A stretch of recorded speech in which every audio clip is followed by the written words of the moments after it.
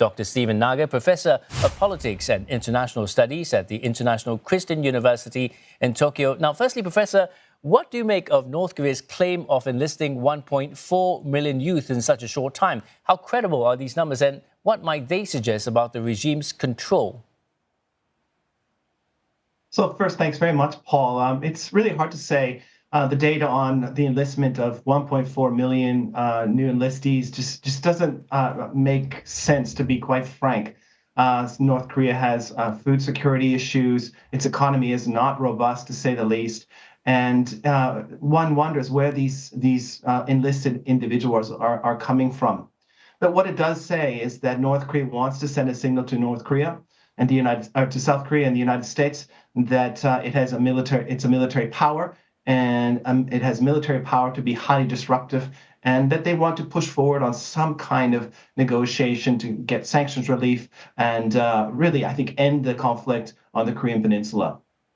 So how do you think that this massive enlistment affect tensions on the Korean Peninsula? Could it perhaps signal a movement towards military aggression, or is this primarily a show of strength? So I think in South Korea, what we have seen is a normalization of crisis. Is that in South Korea, life will go on as normal. The South Korean military will be working lockstep with the United States to defend itself, to deter North Korea. And under the Yoon Suk-yeol administration, they've continued to have a hard line against North Korea, advocating for deterrence and freezing negotiations. And I think this will continue to be the case. We should keep in mind, though, that there is an election in the United States next month, and North Korea may be sending a message not only to South Korea, but to the incoming president, whether it's a potential President Harris or President Trump, that North Korea is still on the map. It's still a highly disruptive power, and that it's important to keep them in mind and think about some way to find a compromise and move towards some kind of peace and stability on the Korean Peninsula. Whether that's viable and feasible with these kinds of threats, that's a different story. But that's how I think we can understand North Korea's provocation and announcements. Now, given North Korea's economic challenges, what strain does this conscripting such a large segment of the youth population place on the country's economy and social fabric? Yeah, that's another great question. As we think about North Korea has food security challenges. If it was actually to enlist 1.4 million young people, that likely means they come from the countryside where they're producing rice and other goods to feed the people of North Korea. And this would be a severe strain on how North Korea functions as a state and feeding its own people. I really just don't think it's viable. They already are challenged by the lack of food, a lack of nutrition for ordinary North Koreans, and that's played out, or we see that when we compare the height and the health of North Koreans compared to South Koreans. And if this was actually a reality, this would make their health conditions and food security conditions even worse.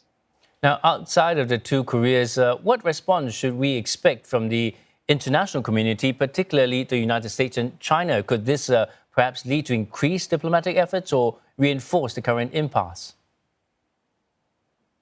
Well, at this particular stage of U.S.-China rivalry, I think that the United States would like to cooperate with China, but they understand it's unlikely. North Korea strengthened its relations with Russia with the delivery of 5,000 munitions back in May 2024 to help on the Ukraine front. We see this being used by the North Koreans to try and get some sanctions relief from China. And China, I think, sees North Korea as a useful tool to try and create challenges for the United States and dilute some of its diplomatic and security resources within the region. That being said, the approach that I think the United States will take, again, will be to strengthen its relations with South Korea, focus on deterrence, potentially bring in outside players such as Japan and Australia and others to enforce sanctions, to enhance maritime domain awareness and space awareness so that they have a good understanding of where North Korea is deploying its missiles and have the best understanding to prevent conflict from emerging on the Korean Peninsula. Now, from your perspective, Professor, do you foresee further North Korean military provocations in the near future, or is this enlistment mainly symbolic? Well, North Korea has a long track record of brinkmanship and provocations towards South Korea and towards Japan, and I expect these to continue as it's trying to press ultimately the United States to come to the table and find some kind of negotiated settlement where they can demilitarize the Korean Peninsula. That's unrealistic as North Korea continues to possess nuclear weapons, chemical weapons, and biological weapons.